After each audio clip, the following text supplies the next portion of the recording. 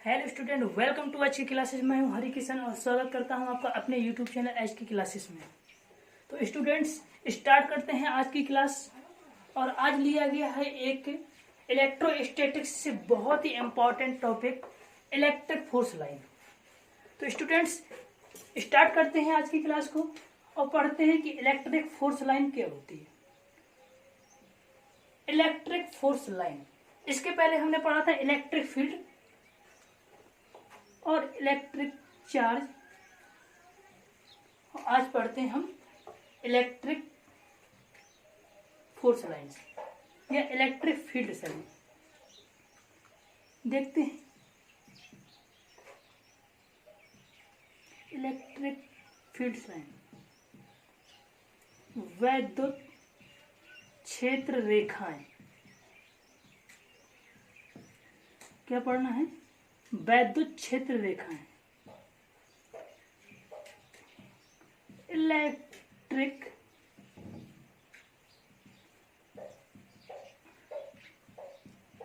Field line. वैद्युत क्षेत्र रेखाएं क्या पढ़ेंगे यार? वैद्युत क्षेत्र रेखाएं। वैद्युत क्षेत्र रेखाएं मतलब क्या होती है, ध्यान से समझिए इसको। होता क्या है, इसके पहले हमने पढ़ा हुआ था प्लस चार्ज,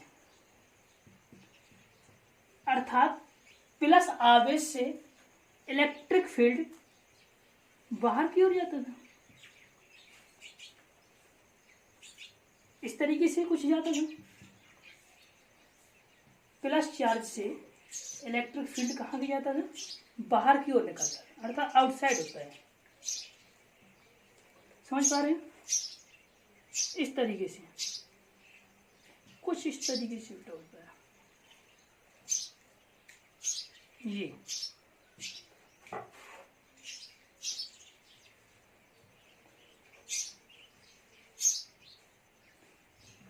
ये हुआ।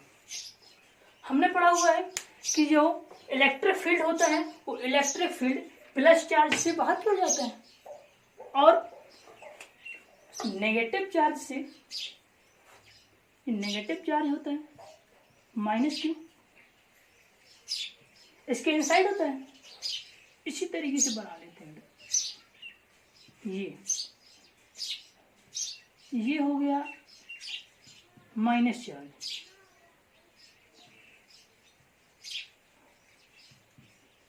ये समझ पा रहे हैं?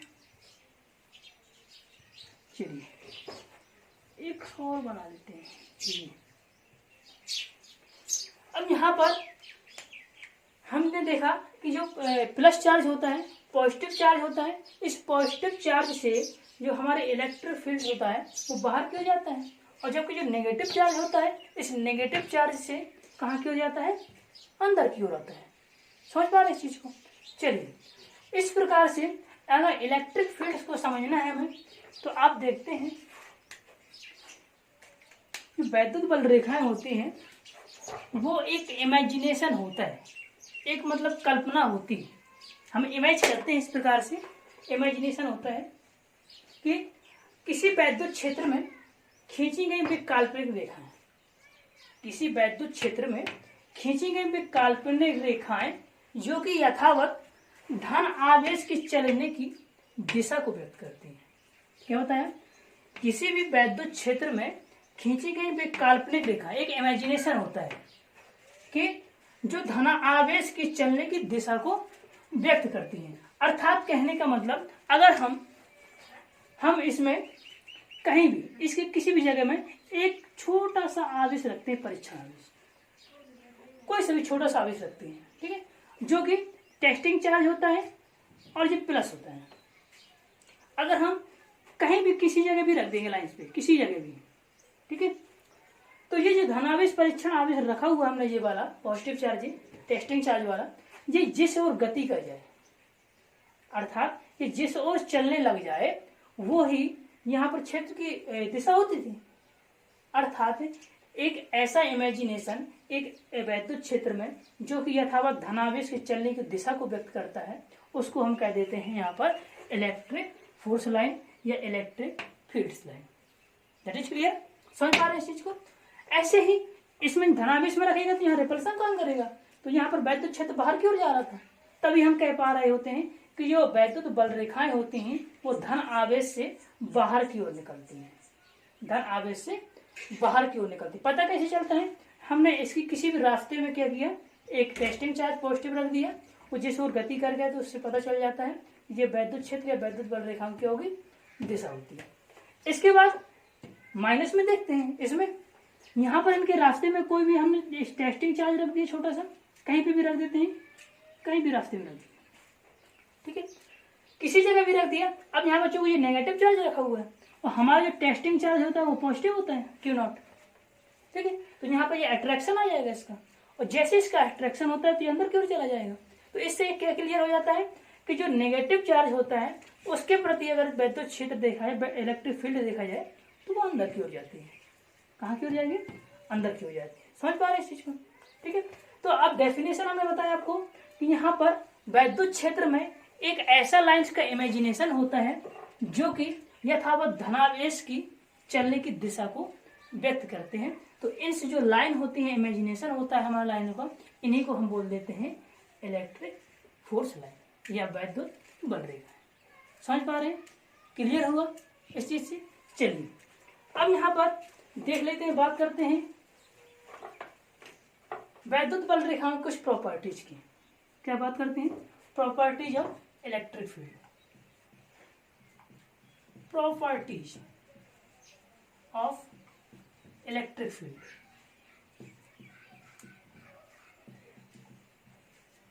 Properties of electric field, sorry force line, electric force line. वैद्युत बल रेखाओं के कुछ गुणों को पढ़ते हैं, ठीक है। चलिए गुणों में सबसे पहले तो पहला ही प्रॉपर्टी ये देख लीजिए जो आपकी डेफिनेशन है, वैद्युत बल रेखाओं की जो डेफिनेशन है, पहला पॉइंट तो आपका वही के बन जाता है उसी प्रकार का कि वैद्युत बल रेखाएं यथावत धनावेश की चलने की दिशा को व्यक्त करती हैं जो कि वैद्युत क्षेत्र की एक दिशा होती है। क्लियर हुआ? चलिए दूसरे पॉइंट में हम बात कर लेते हैं। दूसरे पॉइंट के लिए वैद्युत क्षेत्र होता है वो धन आवेश से चल करके अनंत तक चला जाता है। कहां तक चला जाता है? इन्फिनिटी तक। अर्थात ये समाप्त नहीं होता है कहीं, कैसे यहां से निकला तो यहां समाप्त हो जाए, ये यहां समाप्त हो जाए, ऐसा नहीं होता है। यहाँ पर जो वैद्युत बल रेखाएं होती हैं वो धनावेश से चलना स्टार्ट करती हैं और जाकर के अनंत में, मतलब बहुत दूर तक जाकर समाप्त होती हैं। वो भी बिल्कुल जीरो नहीं हो सकती हैं, एक इमेजिनेशन होता है कि ये अनंत तक चली जाती हैं, अर्थात ये समाप्त नहीं होती हैं। तो दूसरा पॉइंट क्या बनता है कि जो वैद्युत बल रेखाएं होती हैं वो धनावेश से चल करके अनंत तक जाती हैं। अगले पॉइंट में क्या कह सकते हैं कि वैद्युत बल रेखाएं जो होती हैं, इलेक्ट्रिक फोर्स लाइन जो होती हैं, वो ऋण आवेश से ऋण आवेश पर समाप्त हो जाती है। अर्थात अनंत से आने वाली वैद्युत बल रेखाएं जो होती हैं वो क्या करती हैं, माइनस आवेश पे आकर के समाप्त हो जाती हैं। क्लियर? समझ पा रहे हैं? आप देख भी रहे हैं कि यहाँ बहुत दूर से आ रही हैं, ऐसा लग रहा है यहाँ से यहाँ बहुत दूर से प्रतीत हो रहा है। ऐसा नहीं कि इधर से स्टार्ट कर दिया इधर ही खत्म कर दिया है। तो ये अनंत से आती है, माइनस आवेश पर समाप्त हो जाती है, यहाँ धन से निकल करके अनंत पर समाप्त हो जाती है। क्लियर हुआ? चलिए अगले पॉइंट में बात करते हैं प्रॉपर्टी की। अगली property, electric force line positive charge से निकलती हैं और नेगेटिव चार्ज पर समाप्त हो जाती है। क्या बता रहे हैं? Electric force line positive charge से निकलती हैं और नेगेटिव चार्ज पर क्या हो जाती हैं? टर्मिनेट हो जाती हैं, समाप्त हो जाती हैं। किस प्रकार से? यहां से चलेगा और यहां पर आके समाप्त हो जाएगा। ऐसा नहीं कि अब यहां से यहां तक चले फिर यहां से स्टार्ट हो जाए। आपने देखा वैद्युत क्षेत्र बाहर माइनस आवेश से अंदर की ओर होता है, ना कि बाहर की ओर, अर्थात निकल नहीं सकते यहाँ से, है ना, जा सकता है। इसी प्रकार से देखिए ये ऐसे देखिए, ये कुछ इस प्रकार से। क्लियर हुआ? अर्थात हम यहाँ पर क्या कह सकते हैं कि जो हमारा वैद्युत बल रेखाएं होती हैं वो धनावेश से चलती हैं और ऋणावेश में समाप्त हो जाती हैं। वैद्युत बल रेखाएं, जो वैद्युत बल रेखाएं होती हैं वो जहाँ पास पास होती हैं, इधर जितनी पास पास हो जाती हैं तो यहाँ पर इलेक्ट्रिक फील्ड अधिक होता है, अर्थात वैद्युत क्षेत्र क्या होता है, अधिक होता है। जबकि यहाँ पे जहाँ दूर दूर होती है वहां पर क्या होता है, वैद्युत क्षेत्र कम होता है, अर्थात लाइनों के समीप आने पर वैद्युत क्षेत्र का मान बढ़ जाता है, और जबकि लाइनें जब दूर दूर हो जाती हैं तो वैद्युत क्षेत्र का मान क्या हो जाता है, घट जाता है, अर्थात कम हो जाता है। समझ पा रहे? चलिए अगले पॉइंट की बात कर लेते हैं। यहाँ पर अगले पॉइंट की बात, अगला पॉइंट कहता है कि जो वैद्युत बल रेखाएं होती हैं एक कॉन्टिन्यूअस कर्व बनाती हैं।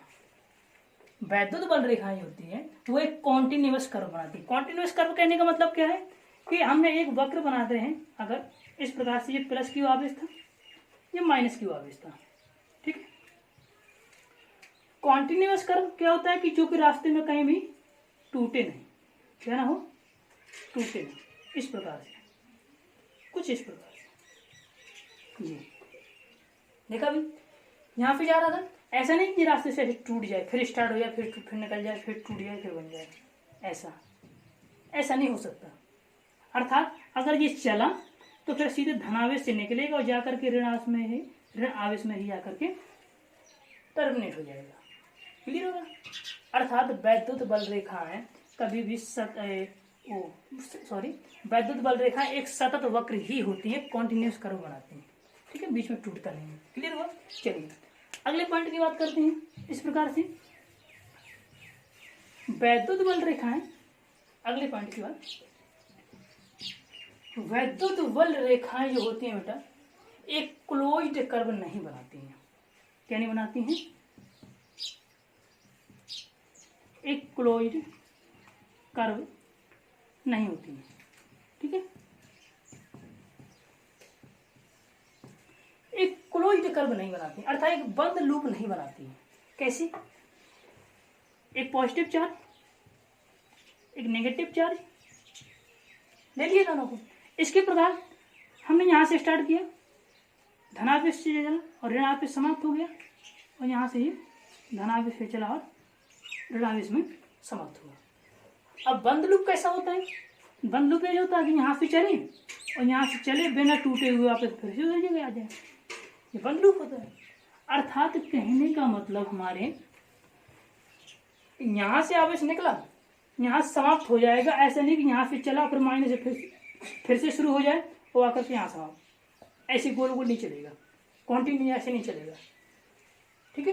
अर्थात प्लस से चल के माइनस में समाप्ति ही हो जाता है, जो यहाँ से चल के फिर यहाँ से स्टार्ट नहीं हो सकता। तो कह सकते हैं कि वैद्युत बल रेखाएं कभी भी एक बंद लूप नहीं बनाती हैं।